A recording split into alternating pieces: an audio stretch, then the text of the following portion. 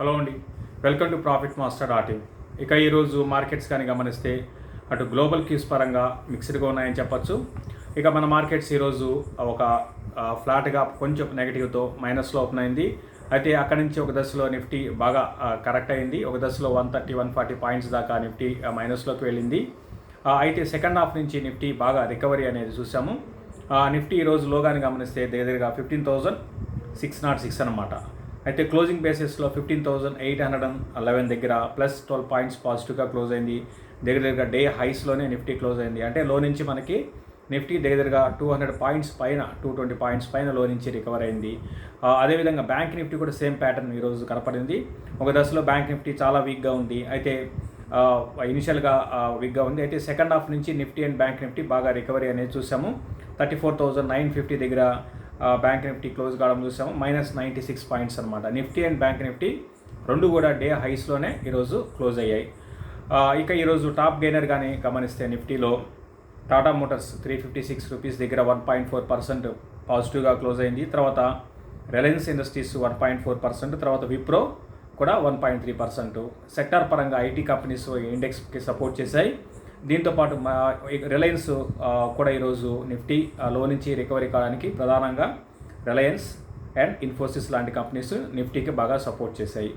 ఇక top loser విషయానికి వస్తే అదానీ పోర్ట్స్ అనమాట. 768 ఉంది, -8.4% ఇది నష్టాల్లో ఉంది. అదేవిధంగా కోల్ ఇండియా -2%, కొటక్ బ్యాంక్ -1.4% నష్టాల్లో ఉన్నాయి. ఓవరాల్గా అడ్వాన్స్ డిక్లైన్ రేషియో కానీ గమనిస్తే 627 స్టాక్స్ ఈరోజు అడ్వాన్సెస్ ఉంటే డిక్లైన్స్ 892, డిక్లైన్స్ ఎక్కువ ఉన్నాయి. అయితే ఒక దశలో మార్నింగ్లో మనకి మార్కెట్లో దాదాపు మిడ్ అండ్ స్మాల్ క్యాప్లో బాగా సెల్లింగ్ అనేది కనపడింది. లో నుంచి మెజారిటీ స్టాక్స్ కొన్ని అయితే 5-6%, కొన్ని అయితే ఈవెన్ 10% కూడా లో నుంచి రికవర్ అయినాయి. మార్నింగ్ ఒక్కసారి మార్కెట్స్లో ఒక ప్యానిక్ సెల్లింగ్ లాంటిది రావడం చూసాము. ఓవరాల్గా అన్ని అంటే నిఫ్టీతో పాటు దాదాపు అన్ని స్టాక్స్లోనూ మిడ్ అండ్ స్మాల్ క్యాప్లోను లార్జ్ క్యాప్లోను కొంచెం సెల్లింగ్ ఎక్కువగా రావడం చూసాము. దీనికి ప్రధాన కారణము అందరికి తెలిసిన న్యూసే. అదానీ గ్రూప్ స్టాక్స్లో ఫారిన్ పోర్ట్ఫోలియో ఇన్వెస్టర్స్ ఏవైతే ఇన్వెస్ట్ చేశారో వాళ్ళ అకౌంట్స్ని ఫ్రీజ్ చేశారు NSDL అనే వార్తలు రావడంతో ఒక్కసారి అదానీ గ్రూప్ స్టాక్స్ అన్నీ కూడా భారీగా పడ్డాయి. దాంతోపాటు సెంటిమెంట్, మార్కెట్ సెంటిమెంట్ అనేది బాగా వీక్గా ఉంది, అంటే వీక్ అయింది. అంటే సెంటిమెంట్ ఇన్ ద సెన్స్ ఇటువంటి మార్కెట్స్లో ఈ విధంగా జరిగితే అంటే స్టాక్ పెరిగిందంటే దాని వెనకాల ఈ కారణం ఉంది అనే ఒక నెగిటివ్ సెంటిమెంట్తో మిగతా స్టాక్స్ కూడా బాగా ఈరోజు కరెక్ట్ అయినాయి. అయితే అక్కడి నుంచి కూడా మళ్ళీ దాదాపు మెజారిటీ స్టాక్స్ అన్నీ కూడా లో నుంచి బాగా రికవర్ అయినాయి. ఈవెన్ అదానీ గ్రూప్ స్టాక్స్ కూడా లో నుంచి బాగా రికవర్ కావడం చూసాము. అదానీ పోర్ట్స్ విషయానికి వస్తే 768 దగ్గర క్లోజ్ అయింది, -8.4%. అయితే ఒక దశలో భారీగా నష్టపోయింది. అంటే లో నుంచి 100 రూపీస్ అదానీ పోర్ట్స్ పెరిగింది. దాదాపు అదానీ గ్రూప్ స్టాక్స్ అన్నీ కూడా ఈరోజు వీక్గా ఉన్నాయి. ఇది బ్రీఫ్గా మార్కెట్స్ గురించి. అయితే ఇక్కడ నుంచి మార్కెట్స్ ఏ విధంగా ఉండవచ్చు, ఈరోజు ఫ్యూచర్స్ కానీ డేటా కానీ గమనిస్తే ఎక్కువగా మనకి షార్ట్ కవరింగ్ ర్యాలీ అనేది చూస్తున్నాము. తర్వాత కొన్ని స్టాక్స్లో షార్ట్స్ బిల్డ్ అయినాయి. ఎక్కువగా ఎక్కువగా లాంగ్స్ అనేది బిల్డ్ కాలేదు. ఓవరాల్గా మార్కెట్స్ ఈరోజు లో నుంచి పెరిగినా కూడా అది నిజమైన బయింగ్ కాదు, ఒక షార్ట్ కవరింగ్ ర్యాలీగా లో నుంచి మనకి చూసాము. అదే ఓవరాల్గా మార్కెట్స్ మాత్రం కొంచెం ఈ లెవెల్లో నిఫ్టీ ఆగడానికి అవకాశాలు ఉన్నాయి. నిఫ్టీకి 15,850 నుంచి 860 అనేది, తర్వాత 16,100 అనేది ఈ లెవెల్స్లో నిఫ్టీ రెసిస్టెన్స్ ఫేస్ చేయొచ్చు.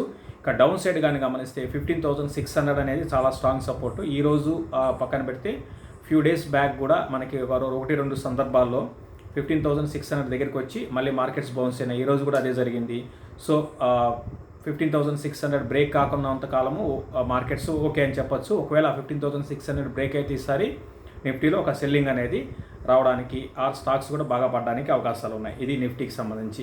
ఇక బ్యాంక్ నిఫ్టీ పరంగా ఈ విధంగా ఉండవచ్చు. బ్యాంక్ నిఫ్టీ పరంగా 34,000 ఈరోజు లో ఏదైతే ఉందో 374 కన్నా కొంచెం కింద, అంటే 34,200 ఆ లెవెల్స్లో బ్యాంక్ నిఫ్టీకి సపోర్ట్ ఉండవచ్చు. ఇక హయ్యర్ సైడ్ కానీ గమనిస్తే 35,300 అనేది బ్యాంక్ నిఫ్టీకి రెసిస్టెన్స్ ఫేస్ చేసే అవకాశం ఉంది. హయ్యర్ సైడ్ 35,300, డౌన్ సైడ్ 34,200 ఈ మధ్యలో బ్యాంక్ నిఫ్టీ కొనసాగడానికి అవకాశం ఉంది. ఇది నిఫ్టీకి బ్యాంక్ నిఫ్టీకి సంబంధించి.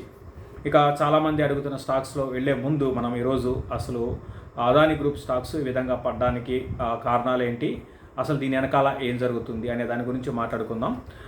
మనం గతంలో అదాని గ్రూప్ స్టాక్స్ చాలామంది అడిగారు, మనం వద్దని చెప్పాము. తర్వాత అక్కడ గురించి కూడా స్టాక్స్ బాగా పెరిగాయి, అబ్నార్మల్గా పెరిగాయి. నిజంగా బిజినెస్ పరంగా పక్కన పెడితే ఆ బిజినెస్ ఏ విధంగా ఉంది ఏంటి అనేది, బిజినెస్ పెరగలేదు కానీ స్టాక్స్ పెరిగాయండి.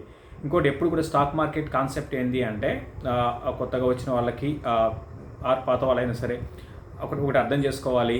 స్టాక్ మార్కెట్ ఏంటంటే ఒక కంపెనీ బాగా మంచి ప్రాఫిట్స్ అనౌన్స్ చేస్తూ ఫ్యూచర్లో అనౌన్స్ చేయబోతున్నా, అలా ప్రస్తుతానికి బాగా కంపెనీ మంచి ప్రాఫిట్స్ ఉండి ఆ సెక్టార్కి ఆ స్టాక్కి మంచి ఫ్యూచర్ ఉంటే దానికి అనుగుణంగా స్టాక్ పెరుగుతూ ఉంటుంది. ఇది మామూలుగా స్టాక్ మార్కెట్లో జరిగేది.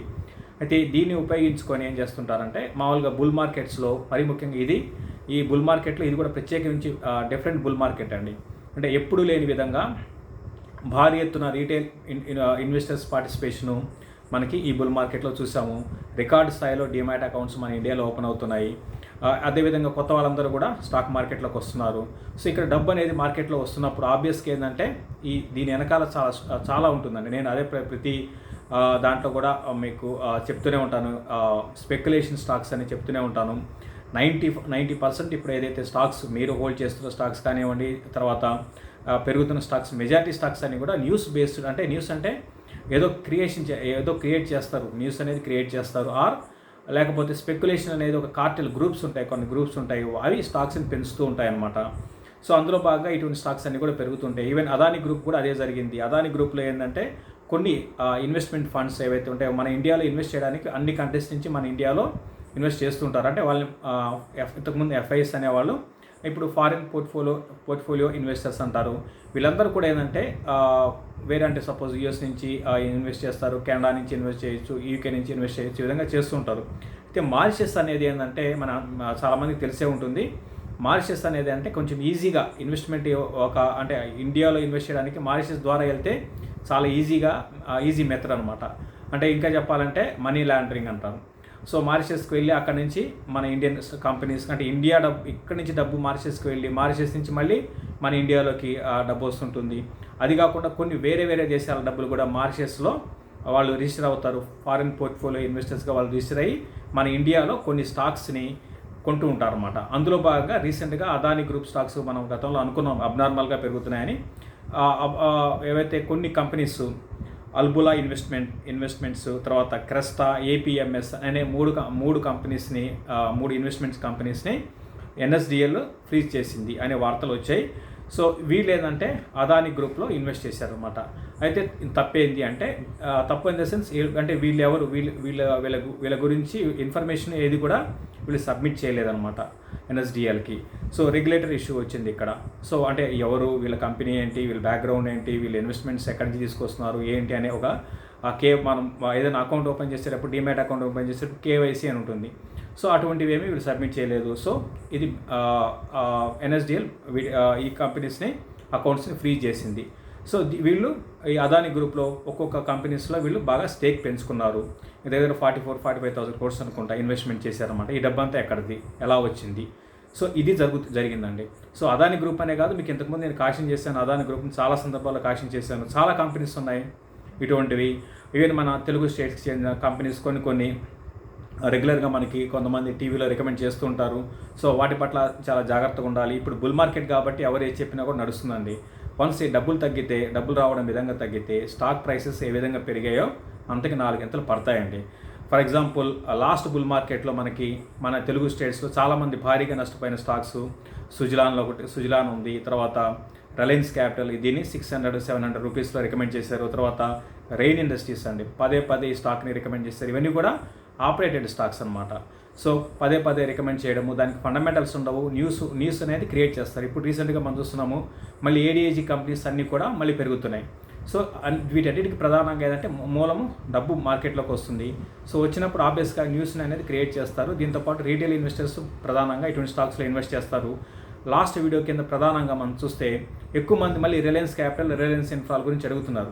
ఓకే, ఇప్పుడు పెరుగుతున్నాయండి. ఒకరు మెసేజ్ కూడా చేశారు, మీరు వద్దన్నారు కానీ రిలయన్స్ క్యాపిటల్ పెరిగింది అని. పెరుగుతాయండి, కానీ ఎక్కడి నుంచి రివర్స్ అవుతాయి తెలియదు. రివర్స్ అయితే ఎంతవరకు కిందకు వెళ్తాయో తెలియదు.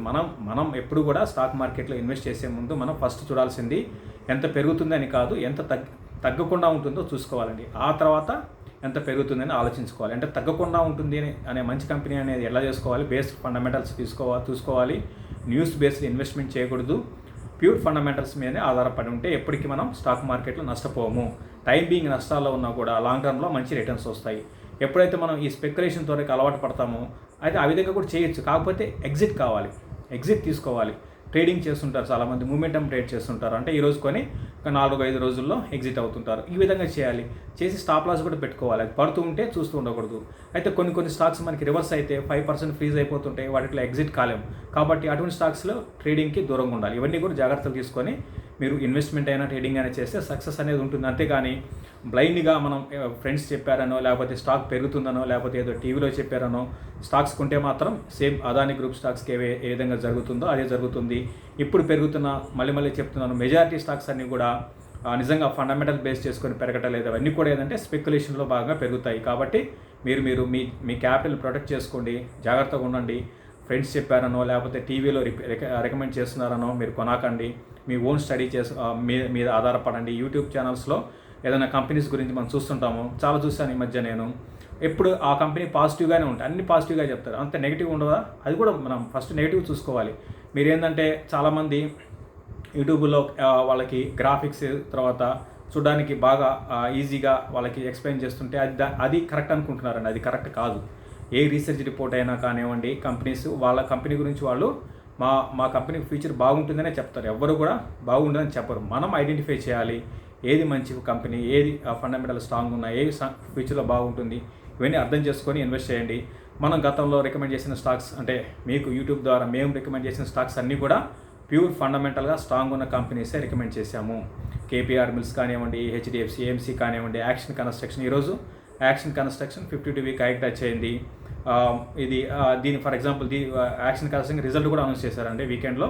రిజల్ట్ కానీ చూస్తే లాస్ట్ ఇయర్కి మార్చి క్వార్టర్కి 305 crores టర్న్ ఓవర్ ఉంటే ఈరోజు 457 crores టర్న్ ఓవర్, అంటే 50% పెరిగింది రెవెన్యూస్. అదేవిధంగా మార్జిన్స్ కూడా లాస్ట్ ఇయర్ 14 crores ఉంటే ఈరోజు 39 crores పెరిగింది. సో దీన్ని ఎప్పుడు మనం రికమెండ్ చేసాము, 100 బిలో రికమెండ్ చేసాము. మా వెల్త్ క్రియేటర్ ప్యాకేజ్ ఉన్న వాళ్ళందరికీ 72లో ఈ స్టాక్ని రికమెండ్ చేసాం అనమాట. అంటే 178% ప్రాఫిట్స్ పెరిగాయి. సో మనకి బిజినెస్ కనపడుతుంది. మీరు ఎక్కడ ఏ కన్స్ట్రక్షన్ యాక్టివిటీ ఉన్నా చూడండి, మనకి యాక్షన్ కన్స్ట్రక్షన్ ఎక్విప్మెంట్ మీకు కనపడుతుంది. వీళ్ళు ఇన్ఫ్రాస్ట్రక్చర్లో, తర్వాత కన్స్ట్రక్షన్లో, తర్వాత అగ్రికల్చర్ ఎక్విప్మెంట్ మ్యానుఫ్యాక్చరింగ్ కంపెనీ. ఇప్పుడు మనం చూస్తున్నాము, ఇంతకుముందు అంతా మనుషులు మ్యాన్ పవర్ ఎక్కువ ఉండేది. వ్యవసాయం చేయాలన్నా, లేకపోతే కన్స్ట్రక్షన్ యాక్టివిటీ చేయాలన్నా మ్యాన్ పవర్ ఎక్కువ ఉండేది. ఇప్పుడు అట్లా కాదు, మిషనరీ ద్వారానే చేసేస్తున్నారు అనమాట. ఈవెన్ పెద్ద బిల్డింగ్స్, మల్టీ స్టోరీ బిల్డింగ్స్ అన్నీ కూడా మిషనరీ ద్వారానే ఈ ఇన్ఫ్రా కంపెనీస్ కానీ ఇవన్నీ మిషనరీ ద్వారానే వాళ్ళు మ్యాన్ పవర్ తగ్గించుకుంటూ ఎక్విప్మెంట్ మిషనరీ ద్వారానే వాళ్ళ పనులు చేసుకుంటున్నారు. అది యాక్షన్ కన్స్ట్రక్షన్. మన ఇండియాలో ఇది ఫారిన్ కంపెనీస్ 2-3 ఉన్నాయి, మన ఇండియాలో యాక్షన్ కన్స్ట్రక్షన్ అనేది ఉంది. ఇవన్నీ ఆలోచించుకొని మనం ఇటువంటి స్టాక్స్ రికమెండ్ చేస్తున్నాము. అటు వెల్త్ క్రియేటర్తో పాటు యూట్యూబ్లో మేము రికమెండ్ చేసిన ప్రతి స్టాక్ కూడా ఫండమెంటల్ బేస్ చేసుకునే చెప్తున్నాము. కాబట్టి మా స్టాక్స్కి, మేము చెప్పిన స్టాక్స్కి మార్కెట్ రేపొద్దున క్రాష్ అయినా కూడా మావి పడతాయి, కాబట్టి మళ్ళీ అవి రికవరీ అవుతాయి. కాబట్టి ధోకా లేదు. కాబట్టి ప్రతి ఒక్కరికి నేను చెప్పేది ఏంటంటే, ఈరోజు ఎటువంటి స్టాక్స్ని తీసుకోవటం లేదు. ఇటువంటి స్టాక్స్కి, న్యూస్ బేస్డ్ స్టాక్స్కి స్పెక్యులేషన్ స్టాక్స్కి దూరంగా ఉండండి. ఈరోజు మన అదాని గ్రూప్ వచ్చింది బయటికి, రేపు ఎన్నో రాబోతాయి. వన్స్ లిక్విడిటీ తగ్గితే ఆ స్టాక్స్ అన్నీ కూడా మీరు అమ్ముకోలేరు. కాబట్టి మీ క్యాపిటల్ మీరు కాపాడుకోండి. ఇది క్లోజింగ్ రిపోర్ట్ అండి. మళ్ళీ రేపు మార్నింగ్ మార్కెట్లో కలుద్దాం. చూస్తున్న ప్రతి ఒక్కరు కూడా షేర్ చేయండి, అదేవిధంగా లైక్ చేయమని చెప్తాం. థ్యాంక్ యూ అండి.